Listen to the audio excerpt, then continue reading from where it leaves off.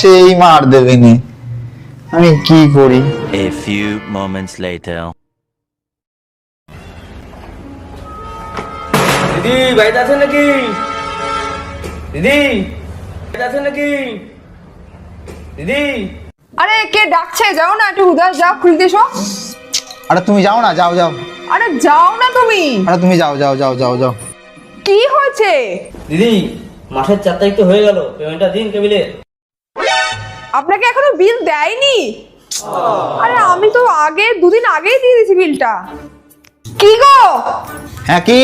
আরে তোমাকে না আমি 3 দিন আগে টাকা দিয়ে দিয়েছি, তুমি এখনো টাকা দাওনি? আরে আমি না ভুলেই গেছি।